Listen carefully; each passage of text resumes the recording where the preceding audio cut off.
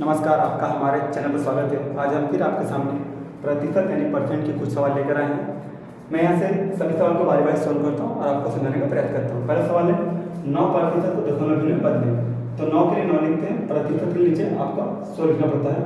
आप एक बात स्मरण में रखिएगा कि यहाँ पर आपका 100 दिया है, यानी कि 2 जीरो नीचे है, यानी कि आपको राइट साइड से 2 डिजिट के बाद दशमलव बैठा देना होगा। तो हम देख पा रहे हैं ऊपर में एक ही डिजिट है, तो हमने एक डिजिट क्या लिया, जीरो लिया और फिर दशमलव को बैठा दिया, तो ये हमारा भिन्न में बदल गया दशमलव वाला। उसके बाद से 14.25 लिखा हुआ है और प्रतिशत के नीचे आने पड़ेगा 100 लेना पड़ेगा। अभी देखिए 2 घर के बाद दशमलव ऑलरेडी बैठा हुआ है, तो हमको क्या करना होगा, 2 जीरो ले और 2 घर बाद यानी कि 2 लेफ्ट की तरफ आते हैं और दशमलव बैठाते हैं।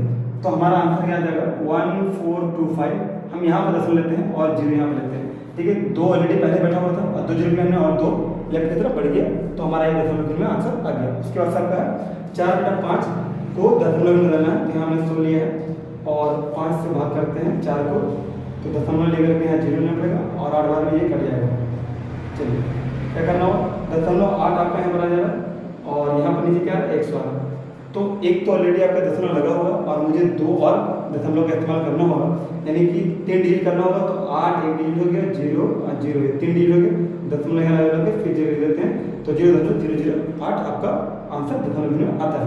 और यहाँ पर 13.2% को दशमलव में बनना है, तो 13.2 को हम चाहें तो 13.5% लिख सकते हैं और परसेंट नीचे 100 लिख सकते हैं। अभी क्या करें, एक घर के बाद तो ऑलरेडी दशमलव बैठा हुआ, हमको 2 घर पर बैठाना पड़ेगा, यानी हम क्या करेंगे 135 कर लेंगे और यहाँ दशमलव बैठा करके 0 लिख लेंगे, तो 0.135 हमारा आंसर आ जाएगा। आशा करते हैं आपको समझ में आया।